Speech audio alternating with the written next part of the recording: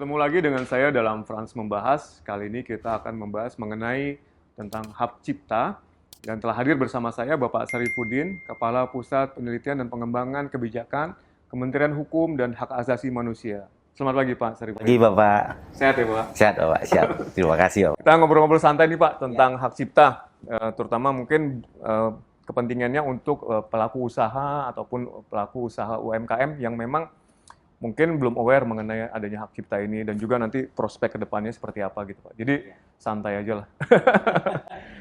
Sebelum masuk yang serius-serius, kalau dari sisi hak cipta itu sebenarnya seperti apa sih Pak ininya, gambaran besarnya? Memang hak cipta itu ya berasal dari olah pikir karsa manusia yang menghasilkan suatu ciptaan. Nah, nggak usah jauh-jauh. Di belakang kita ada lukisan. Ini kan lagi angan-angan ini. Ya. Kita lihat petani di Bali. Di situ kita mau dia itu ada bentuk seperti lukisan ini. Kalau ide dan gagasan saja, pandangan saja tidak diwujudkan, ya itu belum suatu ciptaan. Jadi suatu ciptaan itu ide gagasan yang kita lihat kita wujudkan, ya dan kita publikasikan, kita beritahu teman-teman bahwa ini hasil karya saya, itu dilindungi negara. Jadi simpel sekali. Jadi undang-undang mengatakan tidak usah didaftarkan, diwujudkan saja. Tapi hati-hati, Pak Pran punya ide, habis itu saya yang mewujudkan, itu punya saya. Jangan sekali-kali memberitahu ide, terus tidak diwujudkan. Ya, untuk setelah diwujudkan, ketika kita hendak, ya katakanlah untuk mendaftarkan atau memberikan ini sebagai, oh ini punya saya nih, Bapak nggak boleh lagi, itu gimana tuh? Kita sebenarnya di undang-undang itu tidak diwajibkan pendaftaran. Setelah diwujudkan, itu sudah dilindungi negara. Undang-undang mengatakan seperti itu. Jadi, kalau sisi pendaftaran, itu biasanya untuk teman-teman atau Bapak Ibu di perguruan tinggi. Untuk angka kredit, misalnya buku, ya, dia buat buku, dia daftarkan, harus ada hitam di atas putih bahwa ini buku saya. Tapi apakah dia daftarkan itu menyatakan buku dia? Belum tentu. Kalau dia plagiat, ya tak? Ya, buku saya ada, tapi saya tidak pernah daftarkan.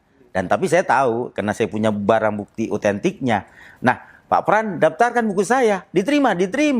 Tapi saya bisa buktikan di pengadilan. Itu saja Pak. Jadi simple banget. Tapi untuk angka kredit, untuk teman-teman yang di swasta mendapatkan proyek, harus ada satu kayak kita bicara bukan sertifikat, bicara tentang pencatatan. Kalau pendaftaran, itulah bedanya antara merek, paten, dan lain.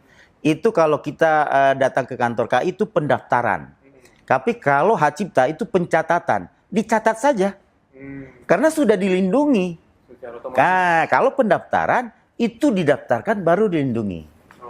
Nah, itulah bedanya hak cipta. Tapi memang kalau karya seni, semua karya seni misalnya lukisan, tari, terus peta,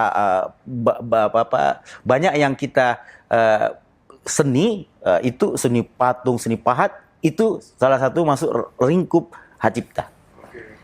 Nah kan tadi dikatakan Mas Sarifuddin tidak perlu didaftarkan dan tidak perlu ini karena secara otomatis ya Pak dilindungi oleh undang-undang.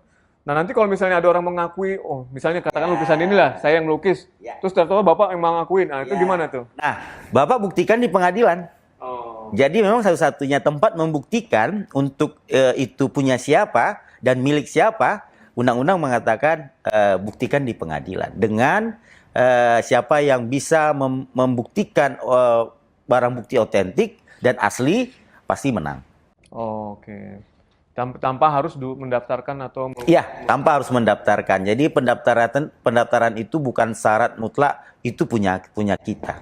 Oke. Terus jenis-jenisnya apa aja sih Pak? Ya tadi lukisan, seni patung, seni pahat, seni tari. Kalau kita di SMA itu ada kayak bagan peta, ada arsitek, karya ilmiah, banyak sekali Pak, banyak sekali. Ini tulisan juga. Jadi kalau kita mengambil sebagai PowerPoint, kita izin saja sebenarnya. Izin itu sudah cukup, ya kan? Artinya kita bukan mengambil, tapi kalau mengambil semua tanpa izin itu bermasalah. Nah, paling tidak mencantumkan sumbernya dari mana. Izin itu kan boleh mencantumkan, boleh langsung kalau ketemu orangnya. Kalau banyak kan kita nggak tahu siapa punya penulisan, iya nggak kenal. Iya. Nah kalau ini Pak, ini menarik nih sebenarnya. Kalau misalnya tadi sampaikan Pak Saripudin contohnya, misalnya saya punya ide sesuatu, terus saya cerita ngobrol-ngobrol begini ya kan, tapi yang mewujudkan Pak Saripudin nih. Nah kan untuk membuktikan bahwa saya adalah yang mempunyai ide dan gagasan, itu berarti emang bukan milik saya? Bukan Bapak, belum Bapak. Yang mewujudkan? Mewujudkan, itu hanya mimpi Pak. Terus apa kalau Bapak misalnya, itu ide saya, masuklah pengadilan, hakim mana, barang buktinya mana? Belum ada kan? Ya. Sekarang kan kalau masuk berperkara, harus ada barang bukti. Itu ide saya, sama aja Bapak mimpi katanya. Nah itulah ya yang harus kita wujudkan. Jadi jangan kalau ide besar, jangan diomongin sebagai teman apa gitu. Itu kalau mereka wujudkan habislah Bapak. Padahal ide Bapak mungkin sangat berguna bagi masyarakat bahkan dunia. Nah, atau kebalikannya Pak, misalnya kita ya karena kita merasa oh ini ide ini orisinal dan kita udah wujudkan, ketika kita hendak melaporkan ya tadi apa mendaftar ya? Mencatatkan. Ya. Ternyata udah ada orang lain yang mencatatkan gitu. Dibuktikan siapa duluan. Nah, apakah binal gini? Nah, nggak usah jauh-jauh lah Pak. Lomba foto Monas. Ada 10 peserta. Ya kan? Sekarang saya tanya Bapak, apakah yang 10 peserta Monasnya berbeda? Sama kan? Jadi buktikan gimana? Sudut mereka mengambil. Objeknya tetap sama. Sekarang gini, suruh gambar bola. Pak, nggak mungkin saya gambar bulat, Pak. Gambar kotak, Pak. Oh, saya bulat duluan ya. Bapak nggak boleh bulat kedua. Itu nggak bisa. Karena kita menggambar objek itu yang dinilai itu hasil karya kita. Bulat, tapi belum tentu bulatnya bulat percis. Ada yang bulat sedikit. Itu. Jadi itu karya itu. Iya kan? Kan sama aja Bapak. Ini ada ayam goreng, tepung. Buat ayam goreng lah. Tepung, ayam, bla bla bla. Suruh masak 3 orang. Pasti rasanya beda Pak. Satu gosong, satu angus, satu apalagi. Nggak ada yang sama. Makanya ayam goreng hasil karya cipta manusia itu tidak sama. KFC, Wendy, kita sebutlah Wendy's ya kan? McDonald, nggak ada Pak. Karya ciptanya beda Pak. Oke. Nah ini kalau kaitannya hak cipta sama merek gimana Pak? Nah merek, Bapak sudah menciptakan suatu misalnya nggak usah jauh-jauh di merek botol Aqua. Aqua itu merek. Ya kan?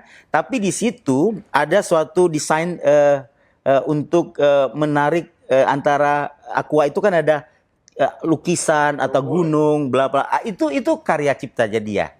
Iya kan? Seninya dia. Nah, seni membuat tulisan Aqua. Kalau Bapak mengetik dari mesin ketik dulu atau sekarang komputer, itu bukan original, tapi kalau A itu ada daunnya, ada apanya. Jadi seni merek tadi itu hak ciptanya. Nah, tapi untuk membuat itu laku, karya itu harus ada suatu merek. Ya kan? Kalau kita bicara yang paling simpel tadi nama kita itu bisa buat merek, Pak. Nyonya Suwarti, ayam goreng Suwarti. Ya, itu nama orang, Pak. Dan itu kalau merek harus didaftarkan ya? Harus didaftarkan, bukan pencatatan. Ya, berbeda itu. Jadi ya merek itu gunanya untuk memberi identitas suatu barang. Kalau Bapak bilang, saya mau beli air putih. Iya kan? Semuanya air putih, Pak. Ada Aqua, ada Mineral, ada Pit, ada Bapak mau yang mana kan gitu. Tanpa itu orang nggak akan tahu Bapak mau minum yang mana. Nah, itulah fungsi merek. Identitas suatu barang. Salah satu. Masuk juga mungkin nama, kalau kita punya usaha restoran, nama restoran kita, nama tempat toko kita jual. Jadi terbagi dua. Bapak benar sekali. Kalau merek itu merek dagang dan merek jasa. Nah, kalau dagang itu yang melekat pada barang. Mau handphone, mau baju, mau sepatu. Tapi kalau jasa itu pendidikan, pertelevisian, habis itu konstruksi bangunan, jembatan, kesehatan, itu jasa. Dia menjual jasa. Perbankan, ya kan? Nah, itu jasa. Tapi ada dua, satu merek, satu barang dan jasa. Tokonya tuh Holland, tapi jual rotinya Holland juga. Nah, dua-duanya dia dapat. Jasa dan barang tadi. Oke. Dan itu juga harus dipatenkan kan? Harus didaftarkan. Ya? Iya, wajib itu. Kalau tidak, ada nanti inilah perbedaan tadi. Hak cipta tidak didaftarkan, sudah diwujudkan, itu punya kita. Tapi merek kalau sudah bertahun-tahun dan tidak didaftarkan, diambil oleh seseorang, itu yang mendaftarkan. Memang undang-undang mengatakan begitu. Yang diakui yang mendaftarkan. Iya, tapi memang ada klausul yang mengatakan bahwa kalau dia benar-benar mengambil ide itu hakim akan membuat keputusan beda. Jadi pendapat terbarunya hakim. Jadi kita akan melihat, oh dia benar-benar mengambil mereknya orang Asmat dulu, misalnya suku Asmat, suku pedalaman, orang nggak ngerti apa-apa. Negara hadir situ, wajib membela. Karena punya Asmat, punya orang itu, dan mereknya dia tinggal caplok gitu, itu nggak bisa. Negara harus hadir di situ. Itulah untuk meningkatkan semua perekonomian. Iya. Nah, ini kaitannya dengan pengusaha tadi ya Pak ya? Iya. Kalau misalnya dia punya satu tadi merek dagang, sehingga dia harus didaftarkan, dan itu akan menjadi hak milik dia, dan orang lain juga tidak boleh untuk ikut. Ya, kalau merek dagang gitu ya? tidak boleh. Nah, kalau misalnya pas dia mau, kembali lagi nih Pak, sama kayak hak cipta tadi, Iya. begitu dia mau daftar, udah ada yang daftar duluan, itu tetap dibuktikan harus dari pengadilan tadi. Tidak, itulah perbedaan merek sama hak cipta. Kalau sudah ada merek yang didaftarkan dan kita yang kedua, dan dia sudah bersertifikat, sudah diterima, kita pasti ditolak. Nah, tidak jauh-jauh Amerika ke Cina. Dia memang tidak mau jual iPhone di Cina waktu itu. Tidak mau banget. Tapi dia lama-lama melirik, pangsa pasar dengan makhluknya penduduknya di Cina itu berapa miliar. Iya kan? Akhirnya dia masuk, didaftarkan iPhone. Ditolak, karena iPhone sudah didaftarkan sama orang Cina dulu. Walaupun iPhone itu merek terkenal. Padahal kalau merek terkenal, ada suatu klausul menyatakan itu tidak bisa menang. Karena sudah terkenal. Tapi tergantung suatu negara punya undang-undang kan. Dia sudah dilindungi terlebih dahulu ya Pak? Nah, akhirnya gimana iPhone itu, merek itu, Apple itu, ya dibeli. Oleh Apple Amerika? Iya. Tapi kan sebenarnya ada etikat tidak baik dari yang mendaftarkan itu. Wah, ini pasti suatu saat dia daftar. Gue daftar dulu. Iya kan? Ya, ibaratnya beli kapling tanah dulu Iya, nih, Pak. suatu saat pasti naik tuh harga. Iya kan? Iya, betul. Wah, mau dibangun jalan tol atau gedung bertingkat. Ya gitu. Nah, ini juga menarik Pak, kembali ke hak cipta ya. Kalau hak cipta misalnya, katakanlah saya membuat satu tulisan, kemudian Bapak ingin membeli hak cipta, itu memungkinkan kan Pak? Memungkinkan. Itu harus ada kontrak ya? Kontrak dan dapat royalti. Nah, royalti itu sudah ada perhitungannya, ada lembaga manajemen kolektif nasional. Nah, itulah yang akan tapi itu di lagu. Di tulisan sekarang, kemarin terakhir saya sama para penulis untuk membuat suatu aturan bagaimana mendapatkan royalti dari literasi ini, penulisan ini. Mudah-mudahan dilanjutkan ini sampai selesai. Ini belum ada. Yang ada LMKN adalah lembaga manajemen kolektif untuk lagu dan musik. Belum tulisan. Sebenarnya kalau kita menyanyikan lagu seseorang di depan publik dan komersial sifatnya, kita harus bayar. Harus bayar. Tapi kalau nggak komersial nggak? Ya, kalau Bapak dipanggil Pak Pran nyanyi gitu di perkawinan atau di mana di gedung ini kan, bayar enggak lah Pak. Itu kan tiba-tiba. Kecuali saya manggung terus. Bapak manggung. Perbedaan gini, kalau kawinan, Pak, yang kawinan siapa yang bayar? Yang punya hajat atau IO? IO. Karena yang hajat sudah bayar tuh IO. Dia mau lagu apa, IO inilah yang bayar ke manajemen LMKN tadi. Dan supaya kita mendapat bayaran, kita harus mendapatkan hak cipta kita ke Ya, pertama itu, dan kalau bicara royalti kita harus wajib menjadi anggota. Anggota bahwa kita ini adalah pencipta atau penyanyi atau pelaku seni musik. Jadi kalau kita tidak daftarkan di daftar itu, kita mau bayar ke siapa ini? Iya kan? Karena dia tidak terdaftar. Itulah LMKN yang akan Sampai saat ini baru lagu dan musik ya? lagu dan musik. Ya, sekarang sedang dengan Pak Chandra Darusman dan Ibu Kartini itu memang senior banget dan teman-temannya lagi merumuskan suatu aturan. Kita harus mendapatkan royalti dari penulisan. Terakhir nih Pak, terkait dengan jabatan Bapak sekarang kan Kepala Pusat Penelitian dan Pengembangan Kebijakan di Kementerian Hukum dan HAM. Kira-kira kebijakan ke depan arahnya seperti apa untuk hak cipta? Inilah kita setelah suatu kerjaan itu harus kita evaluasi, atau target kinerja itu pasti kita evaluasi. Kegunaan manfaatnya untuk masyarakat itu apa? Ya kan? Nah, di dalam penelitian kebijakan, strategis kebijakan untuk kekayaan intelektual itu kita harus mempercepat, mempermudah dan memurahkan masuk murah. Itu gunanya. Kalau mempercepat, artinya kita di era sekarang digital ini harus mau menciptakan software-software yang aplikasi-aplikasi yang mudah bagi masyarakat. Iya kan? Terpikir Bapak bisa nggak kita beli hanya ketik pakai jari, tahu-tahu kita beli beli buku atau baju sampai di rumah.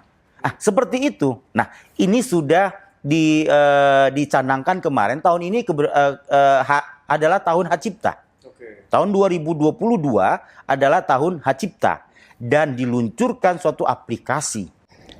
Kurang dari 10 menit, Bapak dan Ibu sudah mendapat sertifikat Hak Cipta. Bahkan ada orang WA saya, mobile. Jadi bahkan ada di WA saya tuh, Pak terima kasih. 41 detik sertifikat sudah di tangan saya. Digital Pak ya? Digital. Nah, sekarang bicara di mana saja. Anywhere Pak. Yang penting mau malam Jumat di bawah pohon beringin, jangan bawa menyan. Nah, sering saya bawa paket data. Sama dokumen diperlukan di situ. Sudah, Bapak daftar, dalam hitungan kurang dari 10 menit, sertifikat Bapak akan dapat. Itu langsung di situ dan dicetak saja. Itu bukti Pak. Jadi kita database. Iya kan? Bapak mau daftar di Papua, di Aceh, di Amerika online Bapak. 24 jam. Itulah salah satu, dan yang sekarang juga dikembangkan perpanjangan merek dan paten. Semua kita lagi rancang aplikasi mendorong Direktorat Jenderal Kekayaan Intelektual untuk mempercepat, mempermudah. Karena bicara kekayaan intelektual adalah perputaran ekonomi dunia. Bapak bayangkan, siapa yang negara maju itu KI-nya paling depan. Amerika, musik dan film. Ya kan? Jepang dengan teknologinya, Jerman juga, Prancis dengan modenya, banyak karya cipta, baju, desain mode, ya kan? Dan sekarang Korea, kita dengan kemarin adalah hari lahirnya Pancasila, bangkit bersama menuju peradaban dunia. Itu harus Pak. Satu aja destinasi kita Bali, kalau kita tingkatkan mau UMKM-nya di bidang hak cipta, merek, paten, luar biasa Pak. Itu potensi Pak. Apalagi ada 10 Bali yang pemerintah ada ciptakannya. Tapi kedepannya terakhir Bapak, ini bukan kerja satu kementerian. Ya, untuk biaya Kementerian Keuangan harus hadir. Ya, untuk mendorong inovasi itu Kementerian Koperasi dan UMKM memberi pelatihan. Ya kan? Untuk perlindungan Kementerian Hukum dan HAM. Benar kan? Untuk supaya dia dikenal Kementerian Pariwisata dan Ekonomi Kreatif. Dan ya untuk menjual Kementerian Perdagangan. Jadi bukan kerja sendiri Bapak. Kerja sinergi. Jadi emang ini sudah dilakukan Pak oleh sudah. Untuk supaya kita sampai ke luar negeri di Kementerian Luar Negeri. Saya itu luar biasa anak muda kita di Kementerian Luar Negeri. Sudah bahasa Inggrisnya bagus, dia lebih pintar kadang, gila. Kadang-kadang kita ngeri juga, tapi kan kita memang ahlinya kan. Ya, jadi memang itu harus duduk bersama, sinergi, kolaborasi, dan ngobrol dulu, Pak. Yang penting tuh kenal. Kayak sekarang kalau nggak kenal ini, saya nggak kenal Pak staf ahli yang luar biasa ini, ya kan? Menarik Pak mengenai hak cipta ini, dan mungkin nanti yang mendengarkan dan menonton mudah-mudahan tercerahkan terkait hak cipta dan termotivasi untuk dapat bukan mendaftar ya tadi ya. Kalau hak cipta itu ya mencatatkan, kalau merek dan mendaftarkan. paling tidak bisa menginformasikan juga kepada teman-teman yang mulai. Itu Pak. Terima kasih banyak ya Bapak. Siap Bapak, terima kasih saya diundang sekali lagi. Semoga bermanfaat ini. Terima kasih.